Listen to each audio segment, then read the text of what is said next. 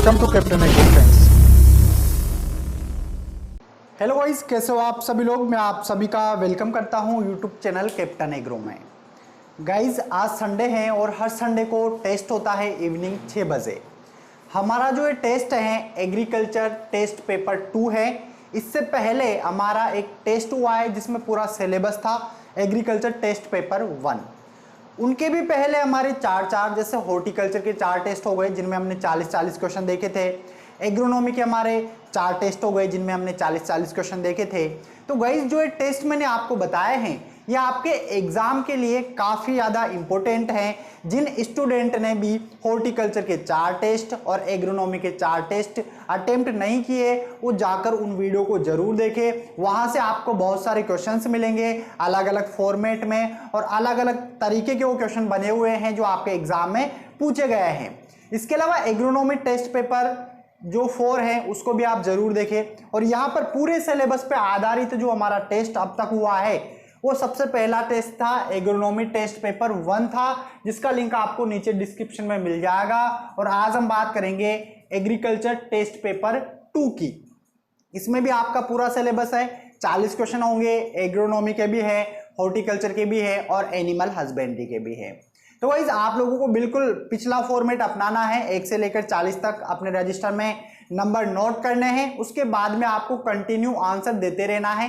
अगर आपका right answer है तो आप उस पर टिक कर ले, ऐसे एंड तक आपको करना है। फिर उसके बाद भी आप मुझे कमेंट करके जरूर बताएं कि आपके 40 में से कितने सही निकले। 40 में से 35, 40 में से 38, 40 में से 40, 40 में से 25। तो चलिए गाइस आज का वीडियो स्टार्ट करते हैं। शुरू करने से पहले जो लोग चैनल पर नए हैं चैनल को सब्सक्राइब कर ले, पास में जो बेल आइकन है उस पर क्लिक करें ताकि आने वाले सभी वीडियोस के नोटिफिकेशन आपको टाइम टू टाइम मिलते रहे।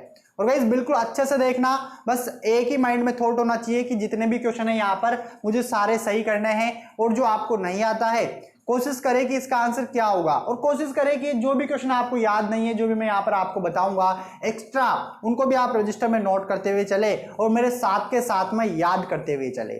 चलिए स्टार्ट करते हैं। एक बार कमेंट सेक्शन में जय जवान जय किसान लिखते हुए गाइस, ठीक है। सबसे पहला क्वेश्चन हमारे पास है प्रमाणित बीज पर किस रंग का टैग लगा होता है।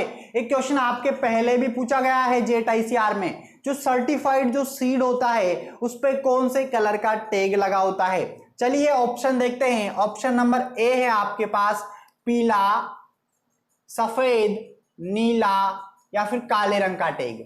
तो कौन से रंग का टैग लगा होता है जो सर्टिफाइड सीड होते हैं। मैं बात कर रहा हूं सर्टिफाइड सीड की।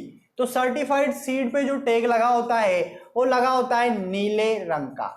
इसके अलावा हम यहाँ पर बात करें पीला, तो पीला जो है वो ब्रीडर सीड है, ठीक है ना। ब्रीडर सीड पे लगा होता है पीले रंग का टैग। और सफेद रंग की बात करें तो फाउंडेशन सीड पर लगा होता है। कौन सा सीड पर?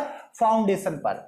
तो गाइस ये जो टॉपिक है अभी मैंने नहीं पढ़ाया है, इसको आपको पढ़ा दिया जाएगा सीड को, जिसमें आपको सारे क्वेश्चन बताए जाएंगे, सीड के टाइप्स बताए जाएंगे, कौन कौन से क्वेश्चन हैं जो हमारे एग्जाम में पुटअप होते हैं। चलिए आगे बढ़ते हैं, अगला क्वेश्चन देखते हैं। क्वेश्चन नंबर 2 है। ये क्वेश्चन भी आपके जेट के एग्जाम में पहले पूछा गया है। एजोला का प्रयोग कौन सी फसल में करते हैं। एजोला क्या है भाई? एक तरीके से सवाल है और इसका प्रयोग हम कौन सी फसल में करते हैं। Option number A Oryza sativa, Triticum aestivum, Zea mays, barley, Hordeum vulgare. तो चलिए फटाफट कमेंट कीजिए राइट आंसर क्या होगा। एजोला का प्रयोग कौन सी फसल में करते हैं। तो एजोला का प्रयोग हम करते हैं राइस में, पेडी में करते हैं। किस में करते हैं? पेडी में, ओराइजा सेटाइवा में। इसमें क्या होता है प्रोडक्शन बढ़ जाता है एजोला का प्रयोग करने से। तो बिल्कुल अच्छे से याद रखना है। इसके अलावा राइस का जो खेरा डिजीज वाला क्वेश्चन है वो भी आपको अच्छे से याद रखने हैं। इसके जो डिजीज है मतलब इसमें बहुत सारे जो रोग लगते हैं, सारे के सारे रोग आप लोगों को पढ़ने हैं। इसमें प्रोटीन परसेंटेज मतलब राइस पूरा मैंने आपको पढ़ाया हुआ है, आप राइस वाला वीडियो जरूर देखें क्योंकि आपकी जो राइस है एक मेजर क्रॉप है, राइस और व्हीट। आगे बढ़ते हैं, अगला क्वेश्चन आता है हमारे पास। क्वेश्चन नंबर 3 आता है गेहूं में सिंचाई की सबसे महत्वपूर्ण क्रांतिक अवस्था, क्रिटिकल स्टेज। क्रिटिकल स्टेज कौन सी है व्हीट में सिंचाई की? क्रिटिकल स्टेज या क्रांतिक अवस्थाएं क्या होती है? ऐसी अवस्था जिस अवस्था पे अगर गेहूं को पानी नहीं मिलेगा तो प्लांट सूख सकता है या प्रोडक्शन नहीं होगा, तो उसको हम बोलते हैं क्रांतिक अवस्था। मतलब उस टाइम पे हमें पानी देना ही चाहिए उस फसल को। ऑप्शन हमारे पास है फूल आते समय, फ्लावरिंग टाइम, सीड्स जड़ जमने पर, दूध या अवस्था, दाना पकते समय। तो गाइस जो गेहूं की जो क्रिटिकल स्टेज है वो है सीड्स जड़ जमने पर, इसको हम बोलते हैं क्राउन रूट इनिशिएशन। इंग्लिश में क्या बोलते हैं? क्राउन रूट इनिशिएशन बोलते हैं। और ये 21 दिन की होती है, मतलब गेहूं की बुआई आप लोगों ने कर दी, उसके 21 दिन बाद पानी पिलाना जरूरी है गेहूं में। ये जो अवस्था होती है ये सबसे महत्वपूर्ण क्रिटिकल स्टेज है वीट की ट्रिटिकम एस्टिवम की। आगे बढ़ते हैं, अगले क्वेश्चन की बात करते हैं। क्वेश्चन नंबर 4, किस सिंचाई विधि का विकास इजराइल में हुआ है? यहाँ पर 4 विधियां लिखी हुई है, इनमें से आपको बताना है ऐसी कौन सी विधि है जिसका डेवलपमेंट इजराइल से हुआ है। ऑप्शन नंबर ए बूंद बूंद, फव्वारा, कुंड सिंचाई, बेसिन। तो गाइस हमारा राइट आंसर क्या होगा? यहाँ पर जो ड्रिप इरिगेशन है ये इजराइल से विकसित है। हमारा राइट आंसर हो जाएगा ऑप्शन नंबर ए। आगे बढ़ते हैं, अगले क्वेश्चन की बात करते हैं। क्वेश्चन नंबर 5 है, निम्न में से कौन सा शाकनाशी सोयाबीन में खरपतवार नियंत्रण हेतु काम में लिया जाता है? यहाँ पर वीडिसाइड के नेम लिखे हुए हैं और आपको बताना है कि जो सोयाबीन है, जो ग्लाइसिन मैक्स है, उसमें कौन सा खरपतवार नाशी काम में लेते हैं। ये क्वेश्चन पहले भी आपके पुटअप हुआ है। एट्राजिन, आइसोप्रोटिरोन, सल्फोसल्फ्यूरॉन, इमाजेथापिर।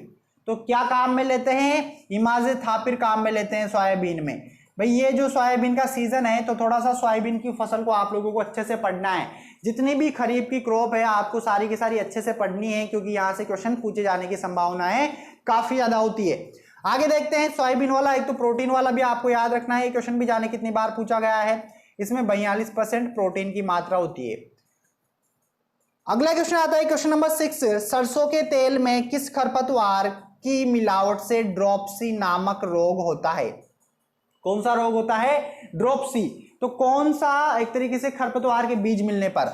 ऑप्शन नंबर अमरबेल, मोथा, प्याजी, सत्यानाशी। तो चलिए फटाफट कमेंट कीजिए, राइट आंसर क्या होगा हमारे पास? राइट आंसर होगा सत्यानाशी। सत्यानाशी को इंग्लिश में बोलते हैं प्रिकली पॉपी। क्या बोलते हैं? Prickly Poppy. और साइंटिफिक नेम है आर्जिमोन मैक्सिकाना। हमारा राइट आंसर हो जाएगा ऑप्शन नंबर डी। जो सरसों है, देखो इसमें क्या होता है, जो सरसों के जो बीज होते हैं उसके बीज जैसे आपके सत्यानाशी के बीज होते हैं, मतलब पहचानना मुश्किल हो जाता है, उनको अलग कर पाना मुश्किल हो जाता है। और मिलावट कर देते हैं क्योंकि दोनों बीज एक जैसे होते हैं, और मिलावट करने की वजह से क्या होता है? ड्रॉपसी नामक रोग होता है जब सरसों के तेल को हम खाने के लिए काम में लेते हैं वेजिटेबल ऑयल में। तो यहाँ पर सत्यानाशी अच्छे से याद रखना है। इसका scientific name argemone Mexicana, English में प्रिकली पॉपी बोलते हैं, और सरसों को मस्टर्ड इंग्लिश में बोलते हैं। ब्रेसिका स्पीसीज इसका क्या हो जाएगा? साइंटिफिक नेम हो जाएगा। आगे बढ़ते हैं, अगला क्वेश्चन आता है क्वेश्चन नंबर 7, मृदा में नत्रजन स्थिरीकरण में सहायक फसल है, मतलब नाइट्रोजन फिक्सेशन में कौन सी फसल सहायक है? ऑप्शन नंबर ए वीट, गेहूं, उड़द, ब्लैक ग्राम, मक्का, मेज, सुगरकेन। तो बताइएगा इस फटाफट राइट आंसर दीजिए। नाइट्रोजन फिक्सेकरण में, नत्रजन स्थिरीकरण में, नाइट्रोजन फिक्सेशन, राइट आंसर क्या होगा? तो नाइट्रोजन स्थिरीकरण जो होता है वो आपके दलहनी फसलों से होता है। तो यहाँ पर दलहनी फसल कौन सी है? उड़द है। हमारा राइट आंसर क्या हो जाएगा? उड़द हो जाएगा, क्योंकि जो दलहनी फसलें होती है उनकी जड़ों में राइजोबियम ग्रंथियां पाई जाती है। क्या पाई जाती है? राइजोबियम ग्रंथियां पाई जाती है। अगला क्वेश्चन आता है क्वेश्चन नंबर 8, रिचके में अमरबेल नियंत्रण हेतु कौन सा शाकनाशी काम में लेते हैं? गाइस यहाँ पर शाकनाशी जो वीड टॉपिक हमारा चल रहा है अभी, वीड के किस तरीके के क्वेश्चन पुटअप होते हैं, इस तरीके के कमेंट्स आ रहे थे। तो जैसे यहाँ पर पुटअप हो रहे हैं सेम इसी तरीके के क्वेश्चन आपके एग्जाम में पुटअप होते हैं वीड से। तो वीड को आप बिल्कुल अच्छे से पढ़े। वीड के मैंने 3 पार्ट अपलोड कर दिए हैं। पार्ट 1 जिसमें हमने बेसिक देखा था, पार्ट 2 जिसमें हमने क्लासिफिकेशन स्टार्ट किया था, और पार्ट 1 में हमने कैरेक्टरिस्टिक भी देखे थे। फिर पार्ट 3 उसमें भी हमने क्लासिफिकेशन देखा था। तो हमारा क्लासिफिकेशन कंप्लीट हो गया। अब जो पार्ट 4 होगा उसके अंदर हम उसकी हानियां देखेंगे, लाभ देखेंगे। फिर पार्ट 5 के अंदर हम कंट्रोल देखेंगे। तो इस तरीके से यहाँ से आपके अलग अलग टाइप से क्वेश्चन पुटअप होते हैं वीड से, और वीड अपने आप में एक मोस्ट इंपोर्टेंट टॉपिक है एग्रीकल्चर का। तो यहाँ पर रिचके में अमरबेल नियंत्रण हेतु हम जो काम में लेते हैं वो काम में लेते हैं पेंडामिथालिन। क्या काम में लेते हैं? पेंडामिथालिन। आगे बढ़ते हैं क्वेश्चन नंबर 9 की बात करते हैं। कुमिन जीरे में जीरी खरपतवार के नियंत्रण हेतु क्या काम में लेते हैं? जो कुमिन है जीरा, उसमें एक जीरी खरपतवार उगता है, उसके कंट्रोल के लिए क्या काम में लेते हैं? Atrazine, simazine, paraquat, basalin. तो गाइस क्या काम में लेते हैं हम यहाँ पर? काम में लेते हैं बेसालिन, फ्लूक्लोरेलिन। बेसालिन को काम में लेते हैं जीरी खरपतवार नियंत्रण के लिए। गाइस आप इन क्वेश्चन को बिल्कुल अच्छे से याद करते हुए चलना, और वीडियो को अगर आप लोगों ने अब तक लाइक नहीं किया है तो वीडियो को लाइक कर दो और अधिक से अधिक शेयर करते रहे गाइस कंटिन्यू। और जितना ज्यादा शेयर करोगे उतने ही जल्दी जल्दी आपको यहाँ पर टेस्ट पेपर मिलते जाएंगे। टाइम कम है, बहुत सारे स्टूडेंट के डाउट है कि सर पेपर जो है 2 अगस्त को होगा या नहीं होगा। तो गाइस आपका जो जेट का पेपर है फिक्स है 2 अगस्त को होगा, क्योंकि सारे के सारे सेंटर बिल्कुल अच्छे से रेडी कर लिए गए हैं एग्जाम करवाने के लिए। जब आपका 10th बोर्ड का एग्जाम हो सकता है जिसमें 3 लाख स्टूडेंट बैठे थे, तो आपका जो जेट का पेपर है इसमें ओनली 30,000 स्टूडेंट बैठेंगे।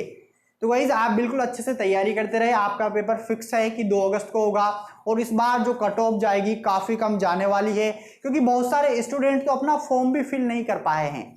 जिन्होंने फॉर्म फिल किया है, जो बहुत सारे स्टूडेंट गांव से बिलोंग करते हैं, तो पढ़ाई नहीं कर पा रहे हैं। कुछ स्टूडेंट हैं जो कंटिन्यू ऑनलाइन एजुकेशन के माध्यम से पढ़ाई कर रहे हैं।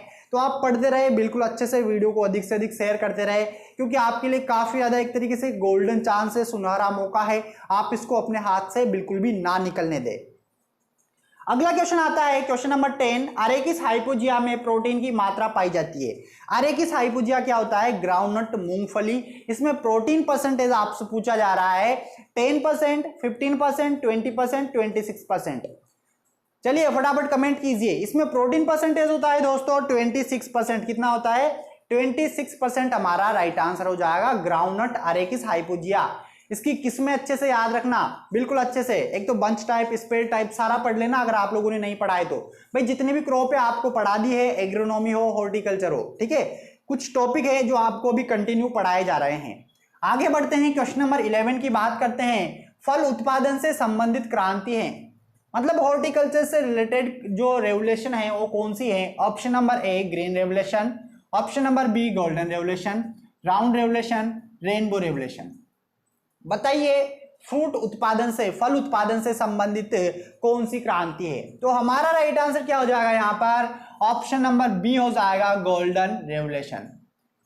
गोल्डन रेवोल्यूशन आपको याद रखना है। आगे बढ़ते हैं, अगला क्वेश्चन आता है क्वेश्चन नंबर 12 है, और स्टार लगा लेना। ग्राफ्टिंग पौधों में ऊपरी भाग को क्या कहते हैं? भाई आप लोगों ने देखा होगा कि एक तो निचला पुराने पौधे वाला लेते हैं, और जो नया पौधा हमें इस पर लगाना है, ठीक है, जो नया पौधा हमें इस पर लगाना है, जैसे सपोज करो ये दूसरा वेराइटी है, मुझे इस पर लगानी है, तो ये जो प्लांट में लेकर आया इसको क्या बोलेंगे? ऊपरी भाग को।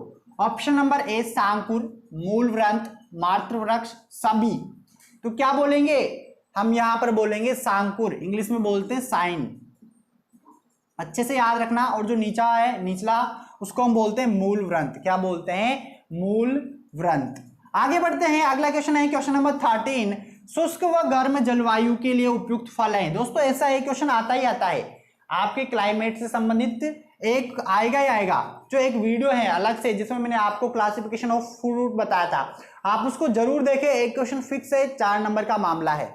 यहाँ पर आपको शुष्क व गर्म जलवायु का फल बताना है। ऑप्शन नंबर ए अंगूर, आम, बेर, सेब। तो राइट आंसर क्या होगा हमारे पास? हमारे पास राइट आंसर जो होगा जुजीफस मोर्सियाना या जुजीफस जुजबी होगा। बेर हमारा राइट आंसर हो जाएगा। और राजस्थान के अंदर बेर सर्वाधिक जो होता है वो कहां पर होता है? जयपुर डिस्ट्रिक्ट में होता है। कहां पर होता है? जयपुर डिस्ट्रिक्ट में होता है। आगे बढ़ते हैं, अगले क्वेश्चन की बात करते हैं। स्टार लगा लेना। पंचभुजाकार विधि में पूरक पौधे के लिए उपयुक्त हैं। पंचभुजाकार विधि क्या होती है? देखो अभी आपको ये विधियां नहीं पढ़ाई है, ये विधियां भी आपको पढ़ा दी जाएगी। मतलब पंचभुजाकार में जैसे एक पौधा, ये 4 पौधे हमने यहाँ पर लगाए और इनके बीच में एक पौधा लगा देते हैं, इसको हम क्या बोलते हैं? पंचभुजाकार विधि बोलते हैं। मतलब ये 4 के बीच में जो एक पौधा लगाएंगे तो कौन सी फसल का लगाएंगे? ये क्वेश्चन आपसे पूछा जा रहा है। आम का लगाएंगे, पपीता का लगाएंगे, खजूर का लगाएंगे, नींबू का लगाएंगे। तो पंचभुजाकार विधि में सबसे बेस्ट जो है वो है पपीता। ये जो लगाएंगे हम, कौन सा लगाएंगे? पपीता, पपाया लगाएंगे, केरी का पपाया। हमारा राइट आंसर क्या हो जाएगा? बी हो जाएगा। जब आपको ये विधियां पढ़ाई जाएगी तो सारा डिटेल से आप लोगों को समझाया जाएगा अच्छे तरीके से, ताकि आपके सारे के सारे डाउट क्लियर हो सके। आगे बढ़ते हैं, अगले क्वेश्चन की बात करते हैं। क्वेश्चन नंबर 15 आता है, पलवार मल्चिंग से बचाव होता है। जो पलवार करते हैं, मल्चिंग करते हैं, मल्चिंग मतलब पॉलीथीन बिछा देते हैं भाई, ठीक है ना। जैसे मिर्च में क्या करते हैं, पॉलीथीन बिछा देते हैं जो हमारी मेड है उसके ऊपर। तो क्यों बिछाते हैं, उससे क्या होता है, रोगों से कंट्रोल होता है, या कीटों से कंट्रोल होता है, या नमी का बचाव होता है, या नन ऑफ दीज। तो हमारा राइट आंसर क्या है भाई, पलवार मल्चिंग हम उन क्षेत्रों में अपनाते हैं जहां पर पानी की कमी होती है। तो यहां पर हम नमी बचाने के लिए मल्चिंग का प्रयोग करते हैं। ऑप्शन नंबर सी हमारा राइट आंसर हो जाएगा। आगे बढ़ते हैं, अगले क्वेश्चन की बात करते हैं। क्वेश्चन नंबर 16, अमरूद में लाल गुदे वाली किस्में गवावा, सीजियम, गुआजावा। इसमें आपको लाल गुदे वाली किस्म बतानी है। सरदार, ललित, अर्का अमूल्या, पंत प्रभात। तो हमारा राइट आंसर क्या होगा, जो ललित किस्म है ये लाल गुदे वाली किस्म है। आगे बढ़ते हैं, अगले क्वेश्चन की बात करते हैं। क्वेश्चन नंबर 17, आंवले में पुष्पन का समय है। आंवले में पुष्पन का समय आपको बताना है। जनवरी फरवरी में पुष्प आते हैं, या मार्च अप्रैल में आते हैं, या जून जुलाई अभी आते हैं, या अक्टूबर नवंबर में आएंगे। तो गाइस हमारा राइट आंसर क्या होगा, मार्च अप्रैल हो जाएगा। जो आंवला है इसमें पुष्पन की क्रिया होती है मार्च अप्रैल में। आगे बढ़ते हैं, आंवले का एक और क्वेश्चन है भाई, ठीक है ना, हर वीडियो में बताता हूं क्योंकि काफी ज्यादा कंफ्यूज करता है स्टूडेंट को। विटामिन सी वाला, विटामिन सी आंवले में पाया जाता है। अब सर्वाधिक नहीं पाया जाता, ये डिपेंड करता है आपके ऑप्शन के ऊपर। मतलब इस चीज को समझना, एक क्वेश्चन आपको काफी ज्यादा कंफ्यूज करता है कि सर्वाधिक विटामिन सी किस में पाया जाता है। अब ऑप्शन में अगर आपको आंवला दिया जाए, आंवला आपको पहले नंबर पे मिलेगा या दूसरे मिल जाएगा, और दूसरा आपको बारबेडोस चेरी दिया जाए, तो बहुत सारे स्टूडेंट यहां पर आंवला लगाते हैं। यह आंसर आपका गलत है। आपको ये वाला नहीं लगा के क्या लगाना है, बारबेडोस चेरी लगाना है अगर ऑप्शन में दोनों दिया हुआ है। और अगर ऑप्शन में दोनों नहीं है, जैसे बारबेडोस चेरी नहीं है, तब आप आंवला लगा सकते हो। क्लियर है गाइस। आगे बढ़ते हैं, क्वेश्चन नंबर 18, सब्जी की डिब्बाबंदी में नमक का प्रतिशत रखा जाता है। भाई अभी आपको फूड प्रिजर्वेशन वाला टॉपिक भी नहीं पढ़ाया है। सब्जी की डिब्बाबंदी में नमक का प्रतिशत कितना रखते हैं। भाई नमक क्यों डालते हैं, ताकि हम उसको बचा सके, प्रिजर्व कर सके खराब होने से। तो कितना प्रतिशत हम नमक डालेंगे, भाई जब अचार गलाते हैं तो अचार में कितना डालते हैं, तेल भी हम उसमें डालते हैं, 5%, 6%, 8%, 2%। तो हम सब्जियों की डिब्बाबंदी में जो एक तरीके से नमक डालते हैं वो डालते हैं 2%। हमारा राइट आंसर क्या हो जाएगा, 2% हो जाएगा। आगे बढ़ते हैं, अगला क्वेश्चन आता है, क्वेश्चन नंबर 19, राजस्थान में मरीनो भेड़ किस नस्ल को कहते हैं। राजस्थान के अंदर मरीनो भेड़ जो है कौन सी नस्ल को कहा जाता है। ऑप्शन नंबर ए, चोकला, मारवाड़ी, अविस्तर, मालपुरा। तो किस नस्ल को बोलते हैं, चोकला को, और इसका स्थानीय नाम छापर है। इसमें रोमन नाक विशेषता होती है, तोते जैसी नाक इसमें पाई जाती है। तो अच्छे से याद रखना। लास्ट टाइम एक क्वेश्चन में कंफ्यूज हुए थे स्टूडेंट काफी ज्यादा, इसलिए मैंने यहां पर एक ऑप्शन डाला है मारवाड़ी। कि सर जो मारवाड़ी नस्ल है ये किसकी नस्ल है, मतलब ये भेड़ की नस्ल है या फिर बकरी की नस्ल है। तो दोस्तों मारवाड़ी भेड़ की भी नस्ल है और बकरी की भी नस्ल है। कभी भी ये दोनों आपको एक साथ ऑप्शन में नहीं दिए जाएंगे, बट लास्ट टाइम यहाँ पर मैंने नोटिस नहीं किया था और दोनों ऑप्शन एक साथ लिख दिए थे, जिसकी वजह से काफी ज्यादा आप लोगों के अंदर कंफ्यूजन पैदा हो गया था।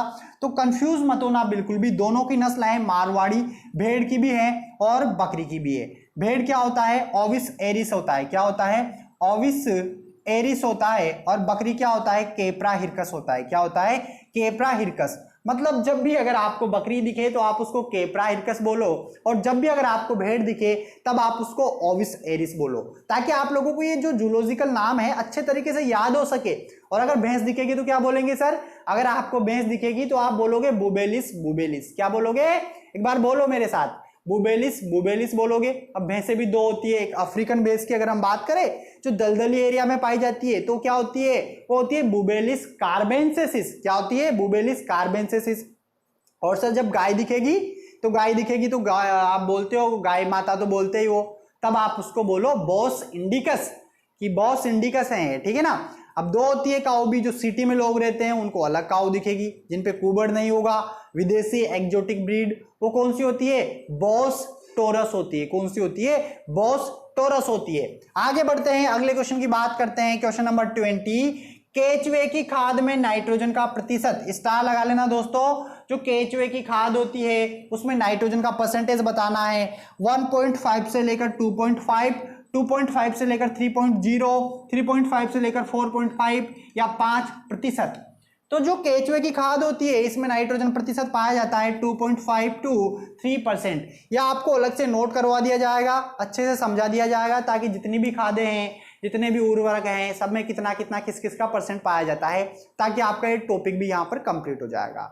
चलिए दोस्तों, अगर आप लोगों ने स्क्रीनशॉट नहीं लिया है इसका तो आप स्क्रीनशॉट ले लो, फटाफट जल्दी से स्क्रीनशॉट ले लो, फिर हम आगे बढ़ेंगे। आई होप गाइज आपको ये सारे के सारे क्वेश्चन अच्छे से समझ में आ रहे होंगे। अगर आपको कोई भी डाउट है तो आप मुझे कमेंट कर सकते हैं। गाइज अब मैं इसको रफ कर देता हूं, थोड़ा से 20 क्वेश्चन हमारे और हैं जिनको हम यहाँ पर सोल्व करने वाले हैं। चलिए आगे देखते हैं। अभी हमने यहाँ पर 20 क्वेश्चन सोल्व कर लिए। आई होप आप लोगों को बिल्कुल अच्छे से समझ में आए होंगे। अब हम बात करेंगे यहाँ पर क्वेश्चन नंबर 21, और क्वेश्चन नंबर 21 आपका एनिमल हस्बेंड्री का है। क्वेश्चन नंबर 21 है, थनैला रोग किसके द्वारा फैलता है? जो गाय भैंस वगैरह होती है उनके थनों में जो गादी होती है उसमें सूजन आ जाती है, तो जो थनैला रोग होता है ये किसकी वजह से होता है? ऑप्शन नंबर ए, जीवाणु के द्वारा, विषाणु के द्वारा, प्रोटोजोआ के द्वारा, या नन ऑफ दिस। तो गाइस जो थनैला रोग होता है ये होता है जीवाणु के द्वारा। हमारा राइट आंसर क्या हो जाएगा? ऑप्शन नंबर ए हमारा राइट आंसर हो जाएगा, जीवाणु। अगला क्वेश्चन आता है, CICR central institute of cotton research कहां पर स्थित है? ऑप्शन नंबर ए, जिस तरीके से आपका काजरी वाला क्वेश्चन पूछा जाता है, काजरी central arid zone research institute Jodhpur में, उसी तरीके से आपसे ये क्वेश्चन भी पुटअप किया जाता है। CICR central institute of cotton research कहां पर स्थित है? भोपाल, नागपुर, वाराणसी, करनाल। तो गाइस जो हाईएस्ट जो कॉटन है वो कहां पर उगाई जाती है? महाराष्ट्र में उगाई जाती है। तो यहां पर उसके अकॉर्डिंग हमारा जो राइट आंसर है, राइट आंसर वो क्या होगा? नागपुर। क्या हो जाएगा? नागपुर हो जाएगा, नागपुर महाराष्ट्र, नागपुर महाराष्ट्र। अगला क्वेश्चन है क्वेश्चन नंबर 23, फोटोफोबिया रोग किस विटामिन की कमी से होता है? देखो दोस्तों, फोटोफोबिया में क्या होता है? स्किन फटने लग जाती है। तो ये रोग किस विटामिन की कमी से होता है? Vitamin A, vitamin B1, vitamin B2, vitamin B12। तो फोटोफोबिया जो बीमारी होती है ये विटामिन B2 की कमी से होती है। अगला क्वेश्चन, विटामिन B1 की कमी से बेरी होता है। अगला क्वेश्चन, क्वेश्चन नंबर 24, धान गन्ना उदाहरण है। धान गन्ना किस प्रकार के उदाहरण है? मतलब ये SDP प्लांट है, शॉर्ट डे प्लांट, या DNP प्लांट है, डे न्यूट्रल प्लांट, या LDP प्लांट है, लॉन्ग डे प्लांट, या नन ऑफ दिस।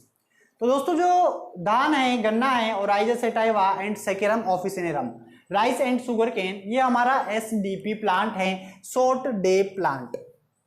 जितनी भी खरीफ की फसलें होती है अधिकतर वो सारी की सारी SDP होती है। और रबी की बात करें तो रबी में आता है लॉन्ग डे प्लांट और DNP डे न्यूट्रल प्लांट, जिनमें पुष्पन की क्रिया के लिए ऐसा जरूरी नहीं है कि 4 घंटे प्रकाश मिले या 10 घंटे ही प्रकाश मिले, तो होते हैं डे न्यूट्रल प्लांट। इनको हम तीनों ऋतुओं के अंदर भी उगा सकते हैं। आगे बढ़ते हैं, अगले क्वेश्चन की बात करते हैं। क्वेश्चन नंबर 25, किसान रणजीत किसमें हैं? जो किसान हैं और रणजीत हैं ये किसकी किस्में हैं? ज्वार, बाजरा, मक्का, गेहूं। तो गाइस जो किस्में हैं हमारे पास, ये किसकी किस्में हैं? मक्का की किस्में हैं। ऑप्शन नंबर सी हमारा राइट आंसर हो जाएगा। आगे बढ़ते हैं, अगले क्वेश्चन की बात करते हैं। भारत में संकर धान की प्रथम संकर किस्म कौन सी है? PRH10, CORH1, TN1, Pusa 1509। तो गाइस जो हमारी धान की सबसे प्रथम किस्म है भारत की वो है CORH1। ऑप्शन नंबर बी हमारा राइट आंसर हो जाएगा, ओराइजा सेटाइवा का। अगला क्वेश्चन आता है क्वेश्चन नंबर 27, भारत में अलसी की खेती की जाती है। भारत में अलसी की खेती किस लिए की जाती है? किस पर्पज से की जाती है? तेल प्रोडक्शन के लिए, या रेशे के लिए, या दोनों के लिए, या नन ऑफ दिस।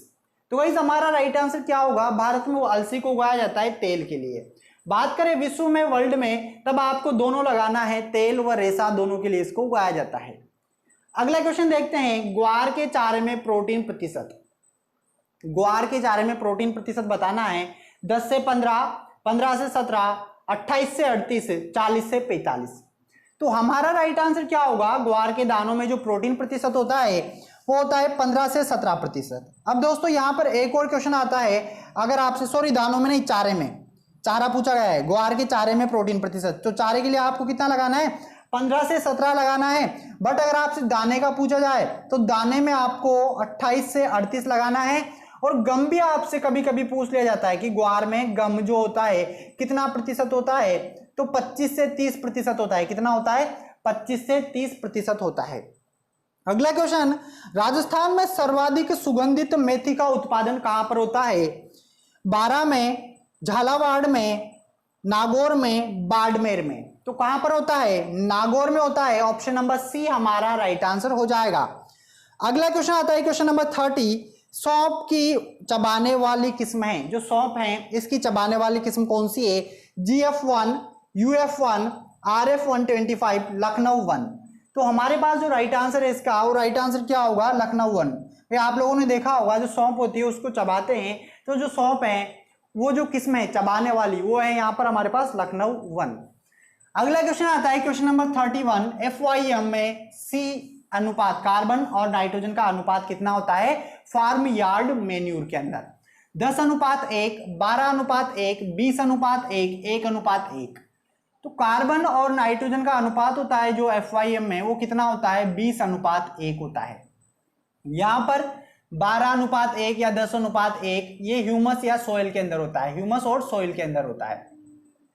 अगला क्वेश्चन है हमारे पास क्वेश्चन नंबर 32, मृदा क्षरण रोकने वाली फसलें हैं जो क्या करे, सोइल इरोजन को रोके, वो फसलें कौन कौन सी है, गेहूं, जौ, सोयाबीन, उड़द, मूंगफली, चौला, नन ऑफ दीज। तो राइट आंसर क्या होगा दोस्तों, चलिए फटाफट कमेंट कीजिए। हमारा राइट आंसर होगा मूंगफली और चौला, ऑप्शन नंबर सी हमारा राइट आंसर हो जाएगा। अगला क्वेश्चन आता है question number 33, calcium ammonium nitrate में नाइट्रोजन प्रतिशत होता है। कैल्शियम अमोनियम नाइट्रेट जो फर्टिलाइजर है इसमें आपको नाइट्रोजन का प्रतिशत बताना है, 46, 26, 36, 21। चलिए फटाफट कमेंट कीजिए। तो राइट आंसर क्या होगा, 26% हमारा राइट आंसर हो जाएगा कैल्शियम अमोनियम नाइट्रेट में। और यूरिया में 46, ये क्वेश्चन भी आपसे पूछा गया है, स्टार लगा लेना। और हम यहां पर बात करें 36% की, तो ये गंधक लेपित यूरिया में होता है, गंधक लेपित यूरिया के अंदर। और 21% होता है कैल्शियम साइनामाइड में। 21% किस में होता है, कैल्शियम साइनामाइड के अंदर होता है। अगला क्वेश्चन देखते हैं क्वेश्चन नंबर 34, आलू में कंद का हरापन किसकी वजह से होता है, जो कंद होते हैं हरे रह जाते हैं तो किस तत्व की कमी से होता है, मतलब किस पिगमेंट की वजह से होता है, सॉरी इसमें आपको पिगमेंट कारक याद रखना है, किस कारक की वजह से होता है, क्यूरेसिटिन, सोलेनिन, सिनिग्रीन, कैप्सेथिन। तो किसकी वजह से होता है, राइट आंसर क्या होगा, राइट आंसर हो जाएगा हमारे पास सोलेनिन। अगला क्वेश्चन देखते हैं क्वेश्चन नंबर 35, आम की कौन सी किस्म डिब्बाबंदी के लिए उपयुक्त है, दशहरी, अल्फांजो, चौसा, सिंधु। तो राइट आंसर क्या होगा, राइट आंसर हो जाएगा दशहरी। हम यहां पर बात करें सिंधु तो ये बिना गुठली वाला आम है। अगला क्वेश्चन, माल्टा में प्रवर्धन का उपयुक्त विधि है। माल्टा क्या होता है, स्वीट ऑरेंज होता है। और इसमें आपको क्या बताना है, सिट्रस साइनेंसिस साइंटिफिक नेम हो जाएगा। इसमें प्रोपोगेशन मेथड आपको बताना है, by suckers, air layering, T budding, by seed. तो किसके द्वारा होता है इसमें प्रोपोगेशन मेथड है, टी बडिंग हो जाएगा, टी कलिका एन हमारा राइट आंसर होगा यहाँ पर। अगला क्वेश्चन आता है, एडिबल पार्ट ऑफ गवावा, सीजियम गुआजावा, अमरूद का खाया जाने वाला भाग, pericarp, mesocarp, juicy seed coat, none of these. तो राइट आंसर क्या होगा हमारे पास यहाँ पर, पेरिकार्प हो जाएगा। जूसी सीड कॉट भी याद रखना है, एरिल ये खाया जाता है अनार का, अनार का। अगला क्वेश्चन आता है क्वेश्चन नंबर 38, खजूर में शर्करा प्रतिशत। खजूर में शर्करा की मात्रा बतानी है, डेट पाम में, फूनिक्स डक्टाइलिफेरा में 20 से 30%, 40 से 50, 60 से 70, none of this. Right answer क्या होगा, 60 से 70% हमारा राइट आंसर हो जाएगा। अगला क्वेश्चन देखते हैं, होंडा और चंपा किसमें है। होंडा और चंपा किसमें, किस फसल की है, मैंगो, बेर, गवावा, बनाना। तो किसकी है, मूसा पेराडिसिका की है, बनाना की है। ऑप्शन नंबर डी हमारा राइट आंसर हो जाएगा। आगे बढ़ते हैं, अगला क्वेश्चन आता है question number 40, botanical name of beetroot. Beetroot क्या होता है, चुकंदर होता है। और इसका साइंटिफिक नेम आपको बताना है, Allium cepa, Chenopodium album, Citrus reticulata, Beta vulgaris. तो राइट आंसर क्या होगा, वीटा वल्गेरिस हो जाएगा। गाइज हमने यहाँ पर पूरे 40 क्वेश्चन सोल्व कर लिए। आई होप आप लोगों ने बिल्कुल 40 के 40 सही किए होंगे। और बिल्कुल अच्छे से आप लोगों को समझ में आए होंगे। अगर आपके कोई भी डाउट हैं तो आप मुझे कमेंट कर सकते हैं, आप लोगों को आंसर दिया जाएगा। और गाइज आप लोगों को ये वीडियो कैसा लगा आप मुझे कमेंट करके जरूर बताएं। जो लोग चैनल पर नए हैं चैनल को सब्सक्राइब जरूर कर लें, पास में जो बेल आइकन है उस पर क्लिक करें ताकि आने वाले सभी वीडियोस के नोटिफिकेशन आपको टाइम टू टाइम मिलते रहे। इसके अलावा जो मेरा इंस्टाग्राम पेज है उसको फॉलो करें, वहां पर एग्रीकल्चर के अपडेट आपको मिलते रहेंगे। और जो मेरा दूसरा चैनल है लव प्रकाश गोम में, उसको भी सब्सक्राइब करें, उसका लिंक आपको नीचे डिस्क्रिप्शन में मिल जाएगा। गाइज बिल्कुल अच्छे से पढ़ते रहिए, तैयारी करते रहिए, जेट का एग्जाम फिक्स है, आईसीआर और बीएचयू की भी डेट आपके जल्दी आ जाएगी। गाइज हम मिलते हैं नेक्स्ट वीडियो में, तब तक के लिए नमस्कार, जय जवान जय किसान जय हिंद।